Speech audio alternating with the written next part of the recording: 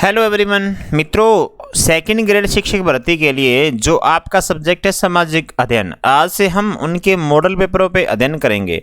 आपके सब्जेक्ट में 150 क्वेश्चन आते हैं, मैं उनको लेकर आया हूं।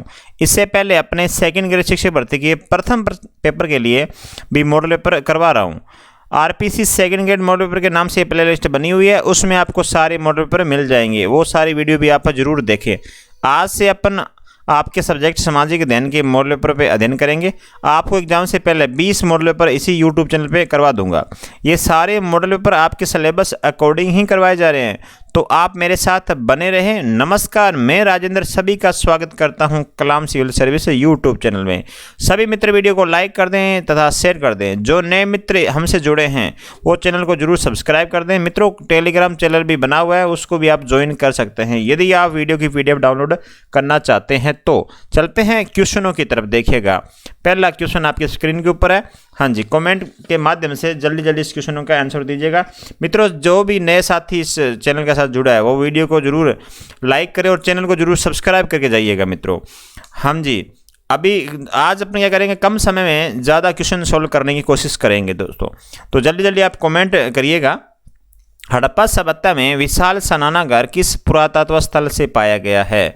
चन्नू, दड़ो, कालीबंगा, मोहनजोदड़ो या आलमगीरपुर? बताइएगा इन ऑप्शन में क्या आपका राइट ऑप्शन होने वाला है। हाँ जी, जल्दी जल्दी आंसर करिएगा इस क्वेश्चन का। हाँ जी, आज अपन क्या करेंगे, कम समय में ज़्यादा क्वेश्चन सोल्व करने की कोशिश करेंगे। हाँ जी, तो जल्दी जल्दी कमेंट करो, फटाफट इस क्वेश्चन का आंसर आना चाहिए। मित्रों, आंसर आना शुरू हो चुका है सभी दोस्तों का। तो इसका जो राइट आंसर हो गया है वो क्या हो जाएगा आपका?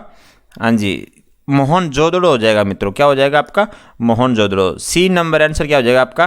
करेक्ट हो जाएगा साहब। 1 नंबर का सी नंबर। 2 नंबर क्वेश्चन की तरफ बढ़ते हैं। यम नचिकेता संवाद का उल्लेख मिलता है कठोपनिषद में, अर्थवेद में, ऋग्वेद में या शतपथ ब्राह्मण में?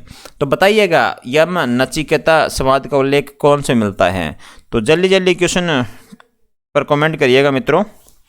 हाँ जी, शुरू कर दो जल्दी जल्दी। हाँ जी, जो नए मित्र जुड़े हैं वो चैनल को जरूर सब्सक्राइब कर ले और सारे मित्र वीडियो को जरूर लाइक कर दो मित्रों। हाँ जी, इस क्वेश्चन का आपका आंसर होने वाला है। हाँ जी, सभी का आंसर आ चुका है सभी। हाँ जी, कठोपनिषद से इसका हो जाएगा कठोपनिषद, इसका राइट आंसर हो जाएगा। 2 नंबर का 1 नंबर आंसर हो जाएगा। भागवत धर्म से संबंधित प्राचीनतम अभिलेख साक्ष्य हैं। भागवत धर्म से संबंधित प्राचीनतम अभिलेख साक्ष्य पूछे गए हैं, तो बताइएगा ऑप्शन के अनुसार समुद्रगुप्त का इलाहाबाद अभिलेख, हेलियोडोरस का बेसनगर लेख, या स्कंदगुप्त का भीतरी स्तंभ लेख, या महरौली लेख? तो आपका कौन सा आंसर होगा? तो बताइएगा इस क्वेश्चन का आंसर क्या होने वाला है। कॉमेंट जल्दी जल्दी कॉमेंट के माध्यम से इस क्वेश्चन का आंसर बताइएगा। हाँ जी, जल्दी जल्दी कमेंट करिएगा। हाँ जी, इसका आंसर हो जाएगा साहब हेलियोडोरस का बेसनगर लेख है। राइट आंसर हो जाएगा आपका बी नंबर ऑप्शन। क्या हो जाएगा आपका? करेक्ट हो जाएगा। 4 नंबर क्वेश्चन है आपके स्क्रीन के ऊपर। निम्न में से कौन सा विकल्प सही नहीं है? न्याय दर्शन गौतम, मीमांसा दादू, सांख्य दर्शन कपिल, वैशेषिक कणाद? तो बताइए कौन सा सही नहीं है, पूछा गया आपसे। हाँ जी, क्या सही नहीं है वो बताइएगा। तो एक तरफ ग्रंथ दे रखे हैं, एक तरफ उनके लेखक दे रखे हैं, तो बताइएगा। हाँ जी, ये आपका आंसर आ चुका है। डी नंबर जिस भाई ने दिया है आंसर, वो उन सभी दोस्तों का आंसर ये सही हो गया। 5 नंबर क्वेश्चन आपके स्क्रीन के ऊपर है। पानीपत के प्रसिद्ध प्रथम युद्ध में बाबर ने दिल्ली के किस सुल्तान को पराजित किया था? तो पानीपत के प्रथम युद्ध में पूछा गया है, बाबर ने दिल्ली के किस सुल्तान को पराजित किया? तो बताइएगा हैमू सिकंदर लोदी, इब्राहिम लोदी या बहलोल लोदी को? तो किसको पराजित किया था बताइएगा मुझे। हाँ जी, जल्दी जल्दी कमेंट करिएगा इस क्वेश्चन का आंसर।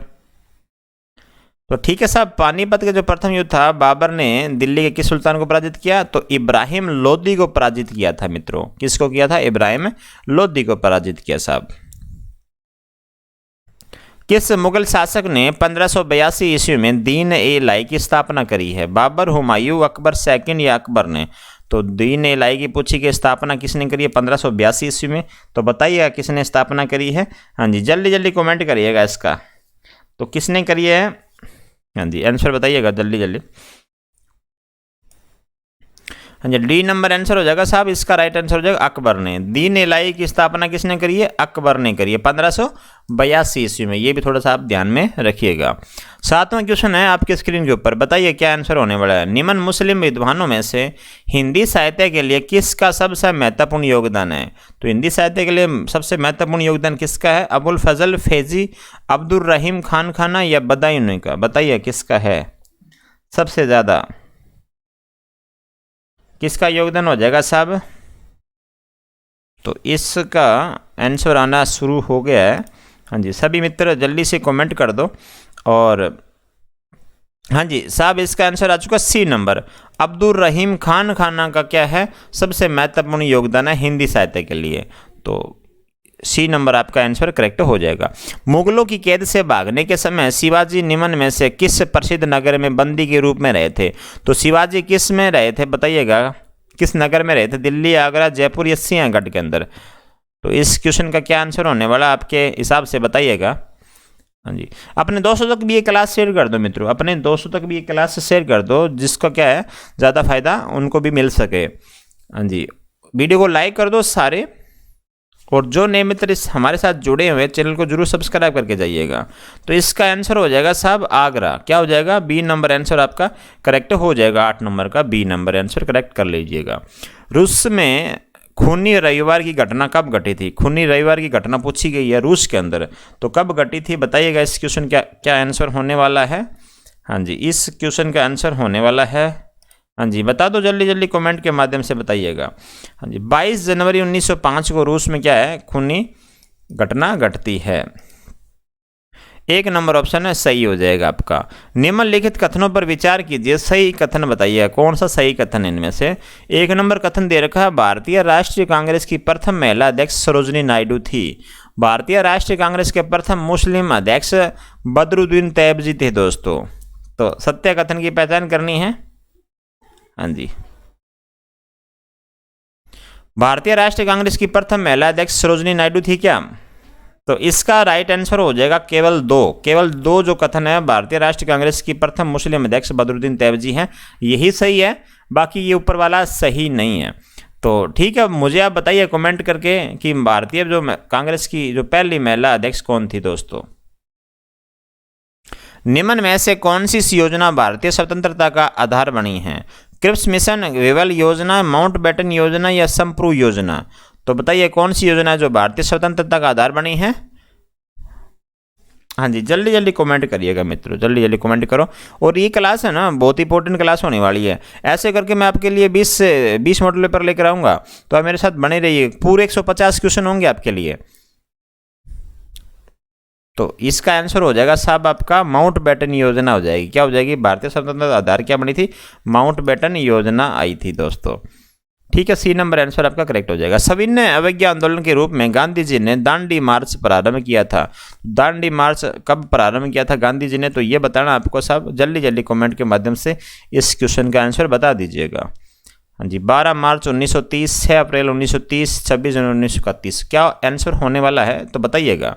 ठीक है साहब, 12 मार्च 1930 इस क्वेश्चन का क्या हो जाएगा? राइट आंसर हो जाएगा। नेक्स्ट क्वेश्चन है आपके स्क्रीन के ऊपर, किसने कहा था कि कांग्रेसी पतन के लिए लड़खड़ा रही है मेरी सबसे बड़ी अभिलाषा, जब तक मैं भारत में हूं कांग्रेस की शांतिपूर्ण समाप्ति में सहयोग करूंगा? तो किसने कहा था दोस्तों? लॉर्ड कर्जन, लॉर्ड डफरिन या वेवल या क्लाइव ने? किसने कहा था ये बताइएगा, ये शब्द जो लिखे हुए हैं।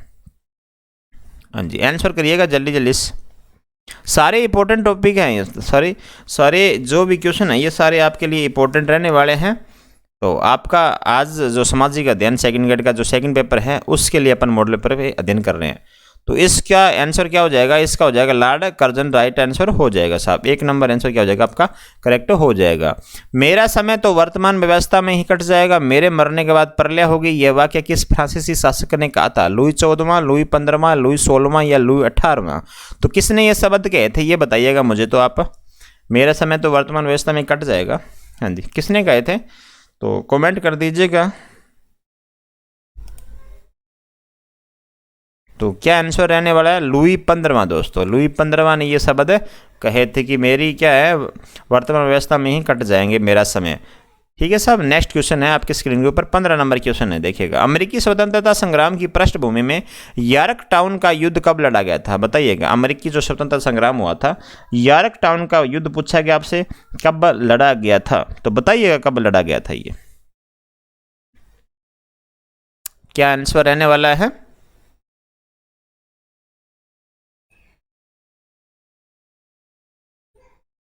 1781 राइट आंसर हो जाएगा मित्रों। क्या हो जाएगा? 1781 राइट आंसर हो जाएगा। यॉर्कटाउन का जो युद्ध था 1781 में लड़ा गया था। हाँ जी। नेक्स्ट क्वेश्चन है, आधुनिक रूस का जन्मदाता किसे माना जाता है? जो आधुनिक रूस दिखाई दे रहा है आपको, इसका जन्मदाता कौन है? पीटर महान, निकोलस सेकंड, अलेक्जेंडर प्रथम या इवान? तो कौन है जी इसका जन्मदाता आधुनिक रूस का? तो बताइएगा जल्दी जल्दी कमेंट करके इस क्वेश्चन का क्या आंसर होने वाला है। तो ये सारे क्वेश्चन आपके लिए इंपॉर्टेंट हैं, पूरे 150 क्वेश्चन मिलेंगे आपको। 20 मॉडल पेपर लेकर आऊँगा मित्रों। आप थोड़ा सा इस चैनल को सब्सक्राइब कर लें और अपने दोस्तों तक भी क्या कर दें, शेयर कर दें मित्रों ये क्लास भी। हाँ जी, इसका आंसर हो जाएगा पीटर महान। जो आधुनिक जो रूस है उसका जन्मदाता कौन है? पीटर महान। आंसर इसका राइट हो जाएगा। असंगत बताइएगा, संयुक्त राष्ट्र का जन्मदाता चार्टर, अटलांटिक चार्टर। संयुक्त राष्ट्र संघ के वर्तमान सदस्य संख्या 191। संयुक्त राष्ट्र संघ का मुख्यालय जिनेवा। संयुक्त राष्ट्र संघ के दिवस। तो संयुक्त राष्ट्र संघ की वर्तमान सदस्य संख्या कितनी है, ये थोड़ा सा कर लीजिएगा, इसको करेक्शन कर लीजिएगा। तो असंगत बताना आपको, बताइए कौन सा असंगत हो जाएगा। ये 193 दोस्तों। क्या 193? 193 है। हाँ जी। क्या असंगत हो जाएगा साहब, बताइएगा। संयुक्त राष्ट्र संघ का मुख्यालय कहाँ पर है? तो ये मुख्यालय ये हो गया आपका रॉन्ग हो गया दोस्तों। तो सी नंबर क्या हो जाएगा आपका करेक्ट आंसर हो जाएगा। असंगत पूछना आपने बताना था, तो सी नंबर क्या हो जाएगा हमारा करेक्ट आंसर हो जाएगा। तो आप मुझे कमेंट के माध्यम से बताइएगा कि संयुक्त राष्ट्र संघ का मुख्यालय है कहाँ पर, ये बताइएगा मुझे। आप जल्दी जल्दी कमेंट करिएगा, बताइएगा इस क्वेश्चन का आंसर क्या हो जाएगा। संयुक्त राष्ट्र संघ ने 1950 के कोरिया युद्ध के समय युद्ध बंदियों को वापस अपने देश लौटाने का कार्य किस देश की अध्यक्षता में किया गया था? तो बताइए किस देश की अध्यक्षता में यह कार्य किया गया था? अमेरिका, भारत, चीन या इंग्लैंड? क्या आंसर रहने वाला है इस क्वेश्चन का? तो किसने किया था मित्रों, किसने अध्यक्षता करी थी? वो करी थी भारत ने। तो बी नंबर आपका राइट आंसर हो जाएगा। 19 नंबर क्वेश्चन है, सुभाष चंद्र बोस ने स्वतंत्र भारत की अंतरिम सरकार की स्थापना की घोषणा कब की थी? सुभाष चंद्र बोस ने पूछा है आपसे, तो बताइए कब घोषणा करी थी? 21 अक्टूबर 1943, 4 दिसंबर 1942, 4 जून 1941, 16 नवंबर 1944। तो कब करी थी बताइएगा मुझे। इस क्वेश्चन का क्या आंसर होने वाला है? हाँ जी। तो ये घोषणा करी थी साहब 21 अक्टूबर 1943 को ये घोषणा करी गई थी। तो एक नंबर आंसर क्या हो जाएगा आपका करेक्ट हो जाएगा। नेक्स्ट क्वेश्चन है, कथन दे रखे हैं और कारण दे रखे हैं। तो कथन पढ़िएगा, ओजोन परत तीव्र परिवर्तनशील सूर्य विकिरण की अत्यधिक मात्रा से पृथ्वी की रक्षा करती है। कारण क्या है इसका? अंटार्कटिका महाद्वीप के ऊपर ओजोन में छिद्र पाया गया है। हाँ जी, क्या हो गया बताइए, कथन कारण क्या है? हाँ जी, क्या आंसर रहने वाला आपके हिसाब से बताइएगा मुझे, जल्दी जल्दी कमेंट करिएगा मित्रों। फास्ट कमेंट करिएगा, अपने कम समय में ज़्यादा क्वेश्चन हल करने की कोशिश करेंगे। तो इस क्वेश्चन का क्या आंसर हो जाएगा मित्रों? हाँ जी, इस क्वेश्चन का आपका आंसर हो जाएगा, ठीक है, बी नंबर आपका आंसर हो जाएगा। कथन और कारण दोनों सही है। हाँ जी, ये दोनों सही हो गया आपके कथन और कारण। किंतु क्या कारण कथन की सही व्याख्या नहीं करता, ये जो इसकी है ना कारण है ना, ये इसकी व्याख्या सही नहीं कर रहा है। तो ये बी नंबर जो ऑप्शन है आपका करेक्ट हो जाएगा। नेक्स्ट क्वेश्चन आपके स्क्रीन के ऊपर है, निम्नलिखित में से किन मौसमी दशाओं की ऋणात्मक तापपतन दर होती है? तो बताइए किसकी वजह से होती है ये? तापमान का दाब परिवर्तन, तापमान का धरातलीय प्रतिलोमता, तापमान का समतापीय परिवर्तन या तापमान का संपर्कीय प्रतिलोमता। तो क्या आंसर होने वाला है इस क्वेश्चन का बताइएगा आप मुझे।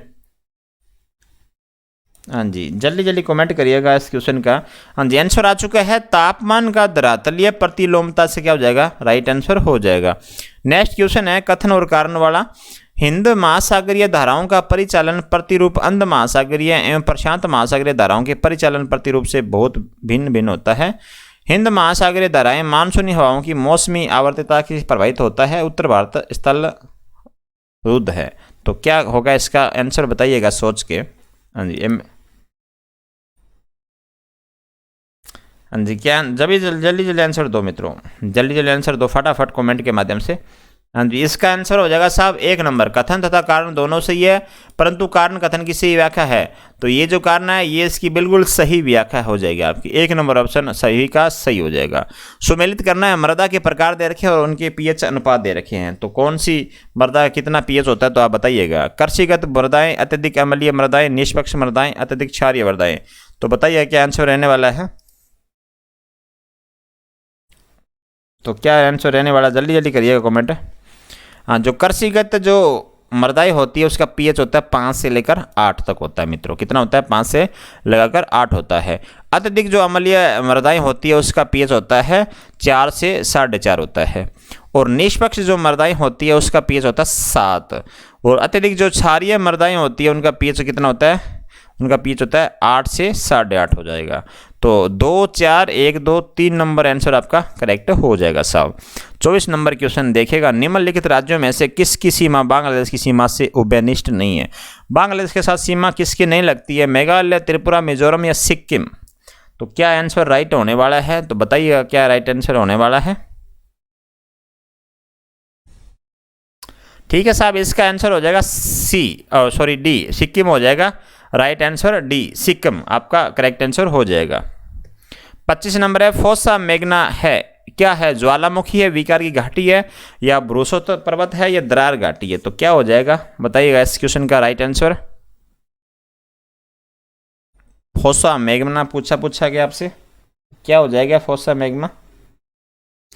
ठीक है साहब, ये दरार घाटी है, क्या है कि ये दरार घाटी है। इस 25 नंबर क्वेश्चन का आपका डी नंबर आंसर सही कर लीजिएगा। मौसिनराम में विश्व में सबसे अधिक वर्षा होती है, क्योंकि वर्षा होने का कारण क्या, वहाँ निम्न दाब रहता है, वहाँ सदा भाप भरी हवाएं चलती है, वहाँ वर्ष भर वर्षा होती रहती है, वहाँ की पहाड़ियाँ कीप किया करती है, तो इसका कारण क्या है बताइएगा मुझे, मौसिनराम में इतनी बरसात क्यों होती है।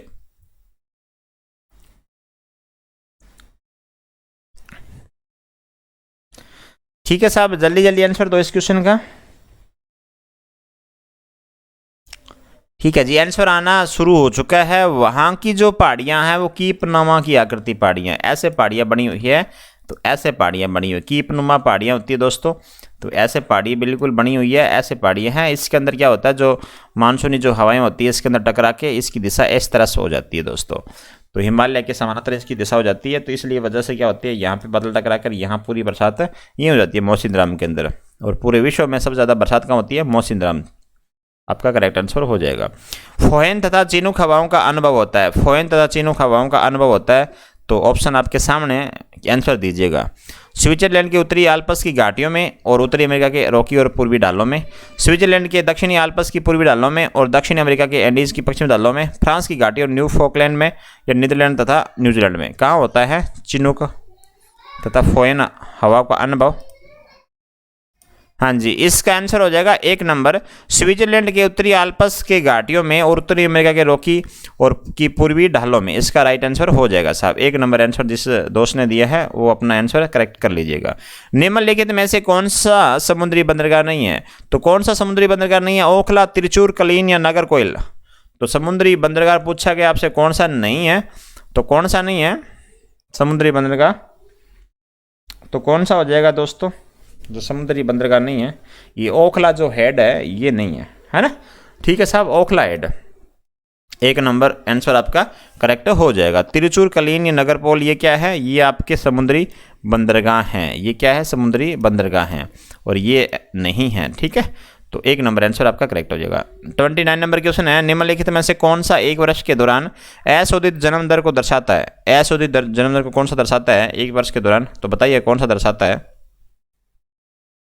हाँ जी, जल्दी जल्दी कमेंट के इस माध्यम से इस क्वेश्चन का आंसर करिएगा, और सारे दोस्त मिलकर एक बार वीडियो को लाइक कर दो दोस्तों। हाँ जी, अभी तक आपने लाइक नहीं करा, लाइक बहुत कम है, तो लाइक करो सारे मिलकर एक बार। हाँ जी, और जो नए मित्र जुड़े हैं वो चैनल को सब्सक्राइब करके जाओ मित्रों। हाँ जी, एग्जाम से पहले मैं आपके लिए 20 से 20 मॉडल पेपर इस सामाजिक अध्ययन के लेकर आऊँगा, और बाकी जो अपन फर्स्ट पेपर के लिए जो मॉडल पेपर चल रहे हैं उनके 20 से 25-30 से मॉडल उनके भी लेकर आऊँगा। ठीक है जी, इसका राइट आंसर मिल चुका है। इसका राइट आंसर हो जाएगा, प्रति 1000 व्यक्तियों पर जन्मे शिशुओं की संख्या क्या कहलाता है, 1 वर्ष अशोधित जन्म दर को दर्शाता है। तो 30 नंबर क्वेश्चन है, निम्नलिखित में से किस विद्वान ने सर्वप्रथम ज्योग्राफी का शब्द का प्रयोग किया था। ये है क्वेश्चन इंपॉर्टेंट। अब बताइएगा किसका इसका आंसर क्या होने वाला। ज्योग्राफी का शब्द का प्रयोग किसने करा था सबसे पहले, तो बताइए किसने करा था। टॉलमी, कांट या इराटोथेनीज या एरिस्टोटल, किसने करा था ज्योग्राफी शब्द का प्रयोग। हाँ जी, कमेंट करिएगा, फटाफट कमेंट कर दो और अपने दोस्तों तक ये क्लास शेयर कर दो। ठीक है साहब, इसका आंसर आ चुका है सी नंबर हमारा क्या हो जाएगा, आंसर करेक्ट हो जाएगा साहब। 31 नंबर क्वेश्चन है आपकी स्क्रीन के ऊपर, भारत मुख्य भूमि की दक्षिणी सीमा क्या है। तो दक्षिणी सीमा पूछी गई मुख्य भूमि की आपसे, तो कितना डिग्री हो जाएगी ये बताइएगा।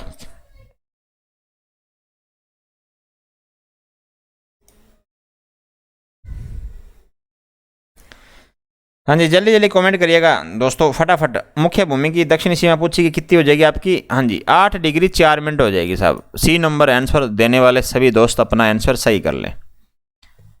सुमेलित कीजिएगा, प्रक्रम दे रखे हैं उनके स्थल रूप देखें, इस कारण से ये प्रतिरूप बनता है। तो बताइएगा क्या स्थल रूप बनता है। पटल, विरूपण, पवन, स्थायी, तुषार या तरंगे। तो बताइएगा क्या आंसर होने वाला है, मिलान करना आपको। पटल विरूपण हो जाएगा आपका, होसर्ट हो जाएगा दोस्तों। और पवन जो है वो पवन आपका क्या है, पवन से बरखान बनते हैं, ये भी सही है। स्थायी तुषार का संबंध किससे हो जाएगा, स्थायी जो तुषार है उसका संबंध हो जाएगा प्रतिरूपित भूमि से। और तरंगे से क्या हो जाएगा, तरंगे से हो जाएगा आपका स्टेक। तो 2 4 1 3, 2 4 1 3 ये ऑप्शन हमारा करेक्ट हो जाएगा। 1 नंबर 32 का 1 नंबर ऑप्शन करेक्ट कर लीजिएगा। 2011 की जनगणना के अनुसार निम्न में से कौन से कथन राजस्थान में लिंगानुपात के बारे में सही है। तो कौन से कथन सही है ये पूछा गया आपसे, तो बताइएगा कौन सा कथन सही है। 2011 में राजस्थान में लिंगानुपात राष्ट्रीय औसत से कम था। 2011 में राष्ट्र के सभी जिलों में लिंगानुपात 1 दर से कम था। तो कौन कौन से सही होने वाले हैं जल्दी से कमेंट कर दो मित्रों, कौन कौन से सही हैं आपके।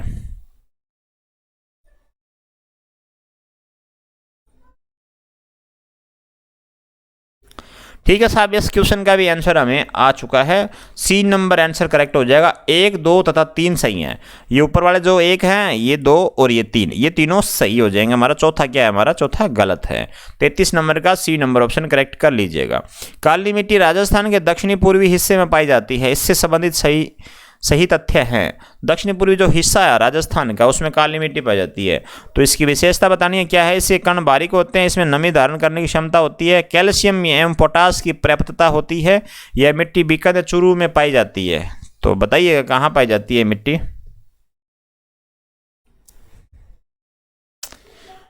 हाँ जी, आंसर सिंपल क्वेश्चन था दोस्तों। इसके अंदर एक तो कथन बिल्कुल गलत है। इसका राइट आंसर हो जाएगा 1 2 3। 1 2 3 जो हमारा राइट आंसर हो जाएगा बी नंबर। इसके कारण बिल्कुल बारीक होते हैं, ये सही है। इसमें नमी धारण करने की क्षमता होती है, सही है। कैल्शियम तथा पोटास की पर्याप्त मात्रा होती है। ये मिट्टी बीकानेर, हाँ जी बीकानेर, ये दक्षिणी पूर्वी राजस्थान के हिस्से की बात कर रहा है। ये दक्षिण पूर्वी तो बीकानेर तो नहीं आता है। तो ये आंसर हमारा गलत हो जाएगा। 4 नंबर ऑप्शन हमारा क्या हो जाएगा, गलत हो जाएगा आपका। उदयनाथ पर्वत राजस्थान के किस जिले में स्थित है। उदयनाथ पर्वत बताइएगा कहाँ पे। अजमेर, अलवर, सीकर, जयपुर। उदयनाथ पर्वत आपको बताना है कहाँ पर है। हाँ जी, क्या आंसर करेक्ट हो जाएगा, जल्दी जल्दी क्वेश्चन करिएगा। हाँ जी, इस क्वेश्चन का भी आंसर आ चुका है हमारे पास में। तो इस क्वेश्चन का आंसर हो जाएगा 35 नंबर का आपका बी, अलवर इसका करेक्ट आंसर हो जाएगा साहब। उदयनाथ पर्वत कहाँ पर है, अलवर के अंदर उदयनाथ पर्वत स्थित है। राजस्थान में शीतकाल में होने वाली वर्षा किन कारणों से होती है। जो शीतकाल में वर्षा होती है वो किस कारण से होती है, ये क्वेश्चन है जी आरपीसी का फेवरेट क्वेश्चन। यहाँ से आपका एक क्वेश्चन बनेगा। हाँ जी, राजस्थान में शीतकाल में होने वाली वर्षा किन कारणों से होती है जी। हाँ जी, आंसर दो फटाफट। हाँ जी, राजस्थान में जो शीतकाल में जो वर्षा होती है साहब वो पश्चिमी विक्षोभों के कारण होती है। किसके कारण होती है, पश्चिमी विक्षोभों के कारण होती है शीतकाल में जो वर्षा होती है साहब। और जो शीतकाल में जो वर्षा होती है वो कौन सी फसल को सबसे ज़्यादा लाभदायक होती है, आप मुझे ये भी आप बता दें साथ में। कथन 37 नंबर क्वेश्चन है। कथन नंबर 1, राजस्थान में खरीफ तिलहन में मूंगफली, तिल, सोयाबीन तथा अरंडी शामिल है। तो बताइएगा कथन नंबर 2 देखिएगा, राजस्थान में रबी तिलहन में राई, सरसों, तारा मेरा तथा अलसी शामिल है। तो कथन 1 कथन 2 इनके बारे में पढ़ के बताइएगा क्या सही है क्या गलत है। तो इस क्वेश्चन का क्या आंसर आएगा आपके। हाँ जी, साहब राजस्थान में खरीफ तिलहन में मूंगफली, तिल, सोयाबीन तथा अरंडी शामिल है, ये सही है 1 नंबर। और राजस्थान में रबी तिलहन में राई, सरसों, तारामीरा तथा अलसी शामिल है, ये भी सही है आपके। तो दोनों कथन क्या है, कथन 1 तथा कथन दोनों क्या हैं आपके, सही हो जाएंगे साहब। 37 का 1 नंबर ऑप्शन। सुमिलित करना है अरावली शिखर, आपके जिले दे रखे हैं। तो अरावली शिखर देखिएगा, रघुनाथगढ़, गुरु शिखर, जरगा, जयगढ़, इधर दे रखे आपके जिले। तो अब करिएगा इनका सुमेलित। अब आया टॉप क्वेश्चन हमारा अरावली पर्वतमाला से, राजस्थान से संबंधित क्वेश्चन है। तो बताइए क्या इसका आंसर होने वाला है राइट साहब। हाँ जी, रघुनाथगढ़ कहाँ हो जाएगी आपकी, रघुनाथगढ़ हो जाएगी साहब, सिक्कर के अंदर हो जाएगी। और गुरु शिखर कहाँ हो जाएगी, गुरु शिखर सिरोही के अंदर हो जाएगी। ये हो गया आपस में, ये दो तो पता है, तो बाकी तो आंसर आप कर ही लोगे। ठीक है साहब।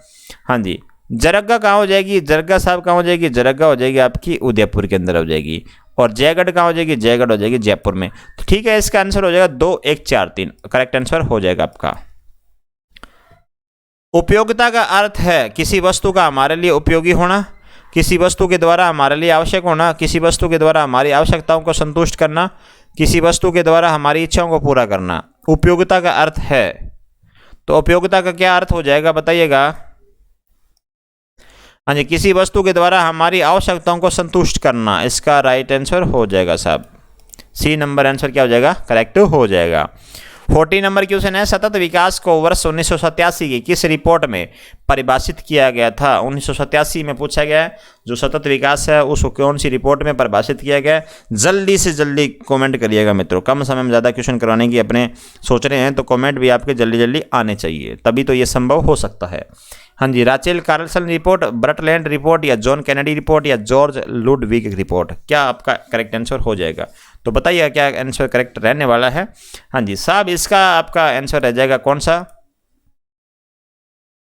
हाँ जी, ब्रटलैंड रिपोर्ट इसका करेक्ट आंसर हो जाएगा। बी नंबर क्या हो जाएगा आपका, करेक्ट आंसर हो जाएगा बी नंबर। सभी साथियों का ये क्वेश्चन बिल्कुल सही था। हाँ जी, तो नेक्स्ट क्वेश्चन की तरफ बढ़ते हैं। हरित लेखांकन शब्द को पहली बार किस अर्थशास्त्री द्वारा 1980 के दशक में सामान्य प्रयोग में लाया गया था। तो सबसे पहले सामान्य प्रयोग में कब लाया गया था, ये पूछा गया आपसे, किसके द्वारा लाया गया है ये बताइएगा आप मुझे, हरित लेखांकन शब्द को। जल्दी जल्दी कमेंट करिएगा मित्रों। Professor Milton Friedman, professor Peter Wood, हाँ जी, प्रोफेसर जॉर्ज मॉरिस, या प्रोफेसर लियोनार्डो। तो किसके द्वारा लाया गया था। हाँ जी, आंसर आ चुका है साहब, बी नंबर करेक्ट आंसर हो जाएगा। प्रोफेसर पीटर वुड इसका राइट आंसर हो जाएगा। मूल्य और मांग में कैसा संबंध पाया जाता है साहब, मूल्य और मांग में कैसा संबंध पाया जाता है। क्वेश्चन इंपॉर्टेंट है साहब, लगा लीजिएगा। सदैव विपरीत, प्राय विपरीत, या सदैव प्रत्यक्ष, या प्राय प्रत्यक्ष, ऐसे क्वेश्चन आते हैं दोस्तों एग्जाम में। अब सारे क्वेश्चन ऐसे लग रहे होंगे, सारे जो ऑप्शन है आपके अनुसार सारे आपको अच्छे लग रहे होंगे, लेकिन राइट आंसर कौन सा हो जाएगा वो बताइएगा मुझे आप। हाँ जी, सारे ऑप्शन एक जैसे लगते हैं आपको। हाँ जी, ये प्राय क्या है साहब, विपरीत है। ये क्या है, आपस में मूल्य और मांग क्या दोनों विपरीत हैं, ये प्राय, सदैव विपरीत नहीं रहते हैं। उपभोक्ता की आय और वस्तु की मांग में कैसा संबंध होता है। उपभोक्ता की आय और वस्तु की मांग में पूछा गया कैसा संबंध है, तो बताइए कैसा संबंध हो जाएगा उपभोक्ता की आय और वस्तु की मांग में। क्या आंसर रहने वाला है मित्रों, जल्दी जल्दी कमेंट करिएगा। हाँ जी, ये क्लास अपने दोस्तों तक भी शेयर कर दिया करा, अपना जो ग्रुप बना हुआ है उसमें स्टडी ग्रुप में ये क्लास बिल्कुल शेयर करो। हाँ जी, उपभोक्ता की आय का श्रेष्ठ वस्तुओं की मांग के साथ सीधा संबंध होता है तथा निकृष्ट वस्तुओं की मांग के साथ विपरीत संबंध होता है। जी, 1 नंबर आंसर आपका करेक्ट हो जाएगा साहब। जिस भाई ने 1 नंबर आंसर दिया है उसका ये क्या आंसर बिल्कुल सही रहने वाला है। 43 का 1 नंबर। अगला क्वेश्चन आपके स्क्रीन के ऊपर है, श्रेष्ठ एवं निकृष्ट वस्तुओं के संबंध में कौन सा कथन गलत है। देसी घी श्रेष्ठ वस्तु है तथा वनस्पति घी निकृष्ट, दाल श्रेष्ठ वस्तु है तथा मौसम की सब्जियां निकृष्ट, चीनी श्रेष्ठ वस्तु है तथा गुड़ निकृष्ट, सूट श्रेष्ठ वस्तु है तथा शर्ट निकृष्ट।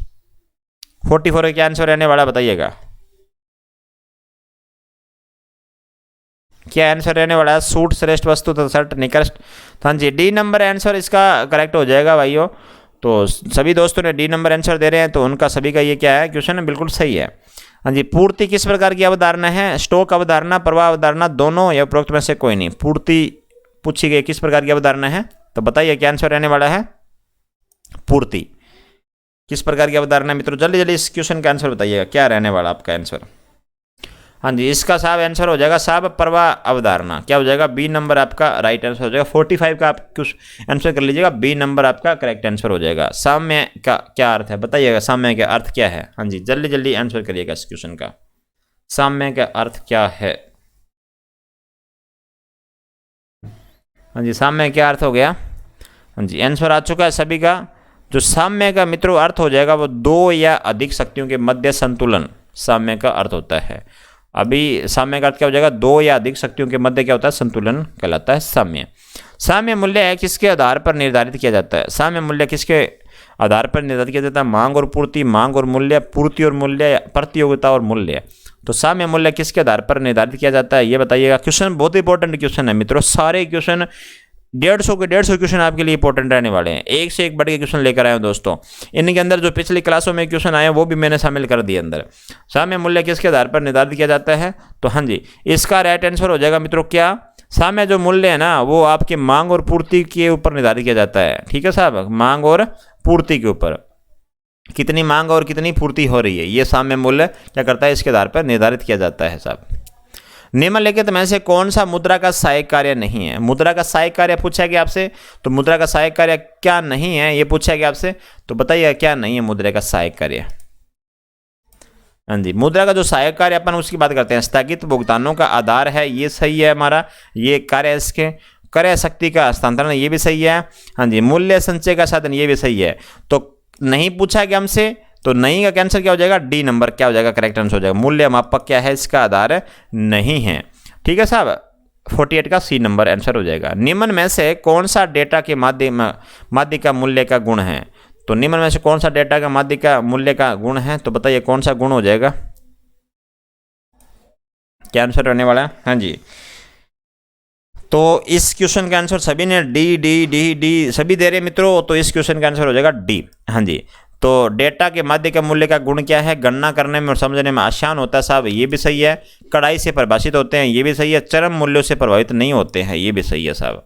तो डी नंबर क्या हो जाएगा? इसका क्वेश्चन का राइट आंसर हो जाएगा। 50 नंबर क्वेश्चन है, घर्षण बेरोजगारी का संबंध निम्न में से है। घर्षण बेरोजगारी का संबंध किससे है बताइएगा? अल्प विकसित देशों से, अविकसित देशों से, विकसित देशों से, या उपरोक्त सभी में समान रूप से। तो घर्षण बेरोजगारी का संबंध पूछा गया किससे है बताइएगा? हाँ जी, क्या आंसर रहने वाला है इससे? हाँ जी, आंसर आ चुका है सभी दोस्तों का। हाँ जी, तो ठीक है साहब, लगभग दोस्तों ने सही दिया है। तो विकसित देशों से इसका संबंध हो जाएगा घर्षण बेरोजगारी का। 1934 में प्रकाशित पुस्तक है प्लान्ड इकोनॉमी फॉर इंडिया के लेखक पूछे गए आपसे, कौन है इनमें से? 1934 की बात है ये। हाँ जी, बुक का नाम है प्लान्ड इकोनॉमी फॉर इंडिया। तो क्या आंसर रहने वाला है? लेखक कौन है साहब इसके? हाँ जी, जल्दी जल्दी कमेंट करिएगा। सर एन विश्ववरैया, डी राजा, डॉक्टर आर एन मिश्रा, उपरोक्त में से कोई नहीं। इसका आंसर हो जाएगा sir N Visvesvaraya, answer right हो जाएगा। कौन सी पुस्तक है? Planned economy for India. हाँ जी, 52 नंबर क्वेश्चन है मित्रों, भारतीय अर्थव्यवस्था के विषय में निबंध पर विचार कीजिएगा। पूरे टोटल 150 क्वेश्चन है। अपन इनको 150 क्वेश्चनों में 2 क्लासों में डिवाइड कर रखा है हमने। एक तो अभी क्लास चल रही है, एक अपने 9 बजे क्लास लेकर आएंगे। ठीक है जी, जो बाकी क्वेश्चन बचेंगे 75 क्वेश्चन अपन इस क्लास में हैंडल करेंगे, और 75 क्वेश्चन के बाद में जो 76 नंबर लेगा के 150 क्वेश्चन, जो 75 क्वेश्चन पीछे बचेंगे अपने 9 बजे उसको क्लास में हैंडल कर लेंगे। ठीक है साहब, 2 क्लासों में डिवाइड किया है, ज़्यादा क्लास लंबी ना हो, बोरियत महसूस ना हो, इसलिए उसको क्या किया हमने 2 भागों में डिवाइड कर लिया मित्रों। ठीक है, इस क्वेश्चन का आंसर बताइएगा। भारतीय अर्थव्यवस्था के विषय में निबंध पर विचार कीजिएगा। निम्न प्रति व्यक्ति आय, कृषि पर अत्यधिक निर्भरता, आय व धन के वितरण में समानता, पूंजी निर्माण की निम्न दर, क्या आंसर रहने वाला है? हाँ जी, निम्न प्रति व्यक्ति आय, कृषि पर अत्यधिक निर्भरता और पूंजी निर्माण की निम्न दर। दोस्तों ये गलत है। हाँ जी, तो 1 2 4 इसका राइट आंसर हो जाएगा, बी नंबर आंसर करेक्ट हो जाएगा साहब। 53 नंबर क्वेश्चन है, निम्न में से कौन सा प्राधिकरण भारत की समेकित निधि में राज्यों को राजस्व की सहायता अनुदान देने वाले सिद्धांतों की अनुशंसा करता है? तो कौन करता है? वित्त आयोग, अंतर्राज्य परिषद, केंद्रीय वित्त आयोग मंत्रालय, लोक लेखा समिति। तो कौन करता है बताइएगा मुझे आप। हाँ जी, क्या आंसर राइट होने वाला आपका? कौन अनुशंसा करता है साहब? इसकी जो अनुशंसा करता है वो करता है वित्त आयोग करता है। कौन करता है? वित्त आयोग। 53 नंबर का 1 नंबर जो आंसर है वो सही हो जाएगा आपका। जीएनपी और जीडीपी में प्रमुख अंतर बताइएगा। जीएनपी और जीडीपी में प्रमुख अंतर क्या है? हाँ जी, क्या अंतर है इसके बताइएगा। शुद्ध विदेशी विनियोग, विदेशों से शुद्ध साधन आय का, शुद्ध निर्यात का, सकल आयात का। तो क्या इसका आंसर है जीडीपी और जीएनपी। अंतर क्या है इसके। हाँ जी साहब, इसका भी आंसर आ चुका है हमारे पास। इसका जो अंतर हो जाएगा साहब, शुद्ध विदेशी विनियोग हो जाएगा इसका राइट आंसर। एक नंबर क्या हो जाएगा इसका करेक्ट आंसर हो जाएगा। लॉरेंज वक्र एक ऐसा लेखा चित्र है जो निम्नलिखित के मापन को प्रस्तुत करता है। तो किसको प्रस्तुत करता है तो बताइएगा ये। हाँ जी, जल्दी जल्दी कमेंट करिएगा इस क्वेश्चन का आंसर आप। लॉरेंज वक्र, हाँ जी, क्या आंसर रहने वाला है इसका। हाँ जी, जल्दी जल्दी क्वेश्चन का आंसर दो। हाँ जी, जो लॉरेंज वक्र है देश के आय वितरण की असमानता दोस्तों मापन को प्रस्तुत करता है। देश की आय वितरण है जो उसकी असमानता को ये प्रस्तुत करता है। सी नंबर आंसर आपका करेक्ट हो जाएगा। हिंदू वृद्धि दर किस वृद्धि दर से संबंधित है। प्रति व्यक्ति आय, राष्ट्रीय आय, समाज विशेष में जनसंख्या वृद्धि दर, भूमि के कृषि क्षेत्र में वृद्धि। तो बताइएगा हिंदू वृद्धि दर क्या आंसर रहने वाला है जी साहब। इसका आंसर मिल चुका है राष्ट्रीय आय। क्या रहने वाला है राष्ट्रीय आय। मुद्रा प्रसार को श्रेष्ठ तरीके से वर्णित किया जा सकता है। ठीक है, मुद्रा प्रसार को श्रेष्ठ तरीके से वर्णित किया जा सकता है। तो बताइएगा उनकी कीमतें निर्देशांक में वृद्धि, मुद्रा की क्रय शक्ति में वृद्धि, विशिष्ट वस्तुओं की कीमतों में वृद्धि। तो मुद्रा प्रसार को श्रेष्ठ तरीके से वर्णित कैसे किया जा सकता है जी, क्या आंसर रहेगा बताइएगा आप इसका। जी जल्दी जल्दी कमेंट करो मित्रों। तो इसका हो जाएगा विशिष्ट वस्तुओं की कीमतों में वृद्धि। इसका क्या हो जाएगा राइट आंसर हो जाएगा मित्रों। हाँ जी, अगला क्वेश्चन है, निम्न में से परंपरागत राजनीति विज्ञान का लक्षण नहीं है। हाँ जी, आपके लिए मैं अभी 75 क्वेश्चन लेकर आऊँगा इस क्लास के अंदर 9 बजे राइट। बिल्कुल जो 75 क्वेश्चन बच गए इस मॉडल पेपर के, फर्स्ट जो मॉडल पेपर है इसके 75 क्वेश्चन हमारे बच जाएंगे। वो 9 बजे अपन को क्या कर लेंगे उसको भी हैंडल कर लेंगे। आज के दिन क्या कर लेंगे सारे ये 1 नंबर मॉडल पेपर पूरा आपका करवा देंगे। निम्न में से परंपरागत राजनीति विज्ञान का लक्षण नहीं है। तो क्या लक्षण नहीं है बताइएगा। हाँ जी, अपन पहले बात करते हैं कौन कौन से लक्षण हैं। तो अमूर्त स्वरूप या ये क्या है लक्षण है। काल्पनिकता ये भी लक्षण है, और दार्शनिकता ये भी लक्षण है। लक्षण कौन सा नहीं है साहब, ये नहीं है। तथ्यों का अध्ययन है, तो नहीं पूछा गया हमसे। तो सी नंबर क्या हो जाएगा हमारा करेक्ट आंसर हो जाएगा साहब। हाँ जी, 59 नंबर क्वेश्चन का आंसर दीजिएगा। राजनीति दर्शन राजनीति से अलग है क्योंकि राजनीति निम्न नहीं है जो राजनीति दर्शन है। एक कृति, एक सामाजिक कृति, वैज्ञानिक, काल्पनिक। अपने जल्दी जल्दी कमेंट करिएगा दोस्तों। हाँ जी, लंबी क्लास नहीं होने देनी है, कम समय में ज़्यादा क्वेश्चन हल कराने की कोशिश करेंगे। तो राजनीति दर्शन राजनीति से अलग है, बताइए क्यों अलग है। एक कृति, सामाजिक कृति, वैज्ञानिक, काल्पनिक। हाँ जी, सभी का आंसर आ चुका है काल्पनिक। राइट आंसर है इसका डी नंबर काल्पनिक मित्रों। डी नंबर आंसर कर लीजिएगा इसका राइट। एक राज्य में कानूनी संप्रभु कौन होता है। हाँ बताइएगा, एक राज्य में कानूनी संप्रभु कौन होता है। राजतंत्र में सम्राट, लोकतंत्र व्यवस्था में प्रधानमंत्री, कुलीन तंत्र व्यवस्था में मंत्रिमंडल, या इनमें से कोई नहीं। तो कानूनी संप्रभु कौन होता है ये पूछा गया आपसे, तो बताओ कौन होता है साहब। हाँ जी, राजतंत्रीय व्यवस्था में सम्राट होता है आपका। एक नंबर आंसर क्या हो जाएगा आपका करेक्ट हो जाएगा साहब। किसने कहा था कि एक शक्ति भ्रष्ट करती है और एक असीमित शक्ति असीमित रूप से भ्रष्ट करती है। शक्ति भ्रष्ट करती है साहब, ये कन्फर्म बात है। और असीमित जो शक्ति होती है वो असीमित रूप से भ्रष्ट करती है। किसने कही थी ये बात, एक्टन, आयंड, अरस्तु या एप्टर ने। किसने कही थी ये बात बताइएगा, किसने करी थी ये बात। हाँ जी, आंसर आ चुका है सभी दोस्तों का। हाँ जी, तो एक्टर ने ये बात कही थी दोस्तों। किसने कही थी, एक्टर ने। जो शक्ति है वो भ्रष्ट करती है और असीमित शक्ति क्या करती है, असीमित रूप से भ्रष्ट करती है।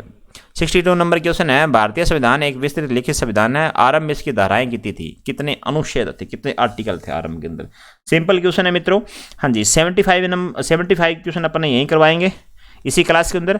जो 75 क्वेश्चन जो आपके पीछे बच गए, कुल 150 क्वेश्चन है। जो 75 क्वेश्चन बच गए वो अगली क्लास अपने 9 बजे उसके अंदर आपको करवा देंगे। ज़्यादा वक्त आपका नहीं करेंगे खराब। तो मॉडल पेपर भी आपके लिए ज़रूरी है, आपका तैयारी का पता भी लग जाता है इससे, किस स्तर की तैयारी है आपकी। तो 395 इसका राइट आंसर हो जाएगा। 395 धाराएं थी दोस्तों। भारतीय संसदीय प्रणाली की विशेषताएं हैं। भारतीय संसद प्रणाली की विशेषताएं क्या है। स्वतंत्र न्यायपालिका। हाँ जी, बताइए इनमें से क्या विशेषताएं हैं भारतीय संसद की।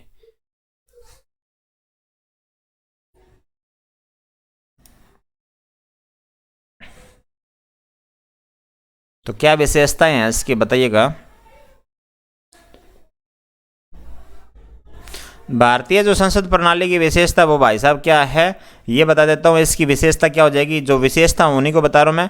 कार्यपालिका की विधायिका के प्रति सामूहिक जिम्मेदारी, ये एक विशेषता हो जाएगी 2 नंबर, ठीक है साहब। और इसकी विशेषता हो जाएगी आपकी विधायी और वास्तविक कार्यकारियों की मौजूदगी, ये 4 नंबर। और कार्यपालिका की विधायिका के प्रति व्यक्तिगत जिम्मेदारी साहब, ये 5 नंबर।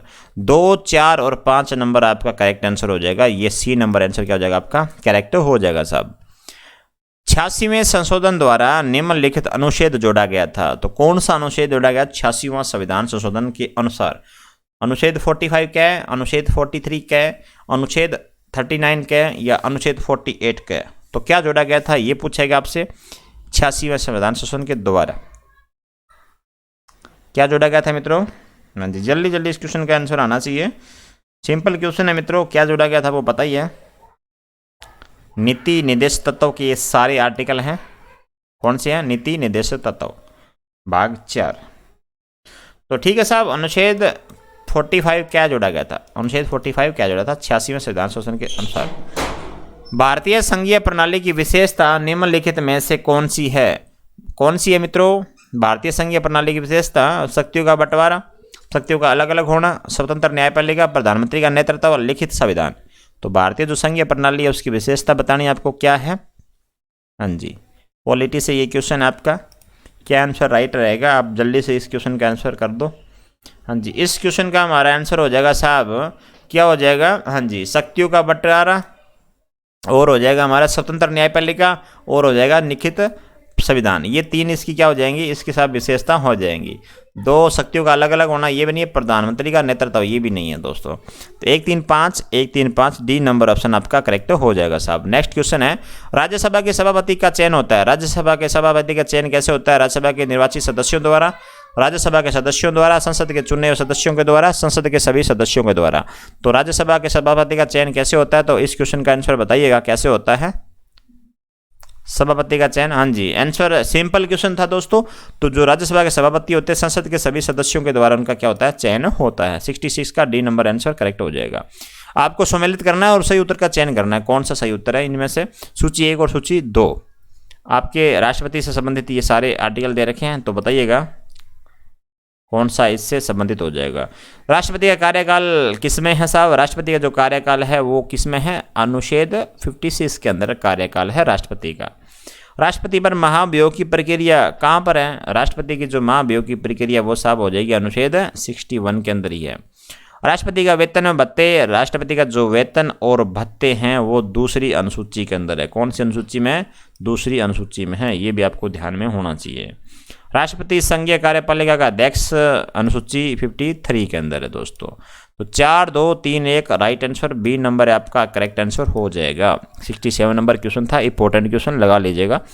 भारत सरकार का प्रथम विधि अधिकारी कौन है? हाँ जी, भारत सरकार पूछा गया प्रथम जो विधि अधिकारी कौन है? मुख्य न्यायाधीश सुप्रीम कोर्ट का, संघीय विधि मंत्री, भारत का महान्यायवादी या विधि सचिव? कौन है जी भारत का प्रथम विधि अधिकारी? क्वेश्चन इंपॉर्टेंट है सर, तो कौन है?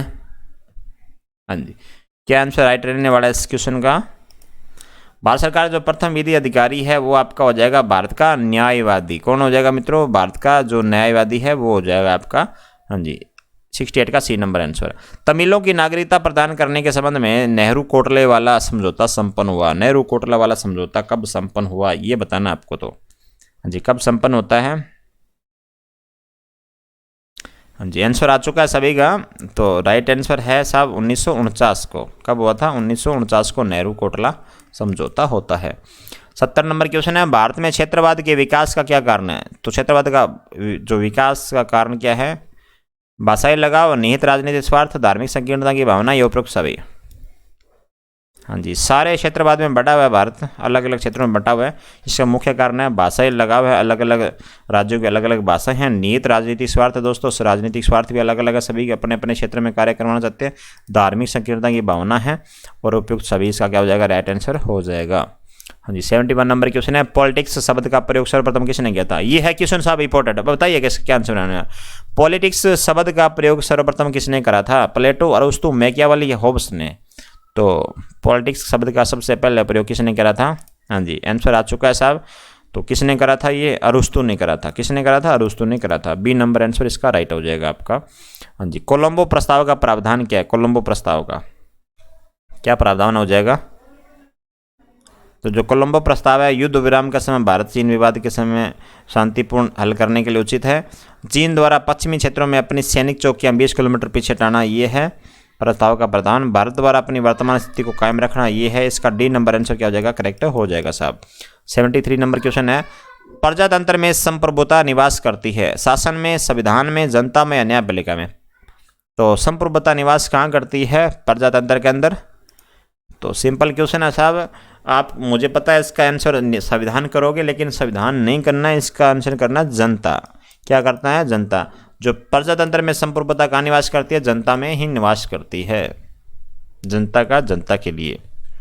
नीचे दिए गए व्यापार समझौते के सम्मेलनों का सही कालक्रम बताना आपको। व्यापार समझौते के सम्मेलन कौन सा समझौता कब होता है, ये बताना आपको। तो जी ठीक है साहब, आंसर जल्दी जल्दी आंसर दो। हाँ जी, क्या आंसर होने वाला है इस क्वेश्चन का? क्या?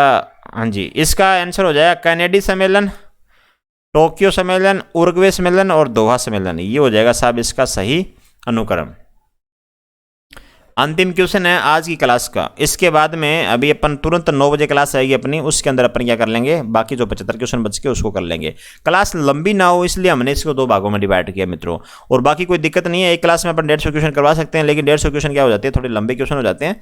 लंबे इतना वक्त, थोड़ा सा वक्त भी ज़्यादा लग जाता है, इसलिए क्या करें, इस क्लास को हमने 2 भागों में डिवाइड कर लिया है। ये सुविधा आपके लिए ही है, ठीक है। 75 क्वेश्चन अपन करवा देंगे, 75 क्वेश्चन अपन 9 बजे करवा देंगे, ठीक है सर, ठीक है। इसका क्वेश्चन आंसर बताइएगा। उदारीकरण, निजीकरण और भूमंडलीकरण की नई आर्थिक नीति घोषित की गई है प्रधानमंत्री अटल बिहारी वाजपेयी के द्वारा, प्रधानमंत्री नरसिम्हा राव के द्वारा, राजीव गांधी द्वारा या मनमोहन सिंह के द्वारा? किसके द्वारा की गई है?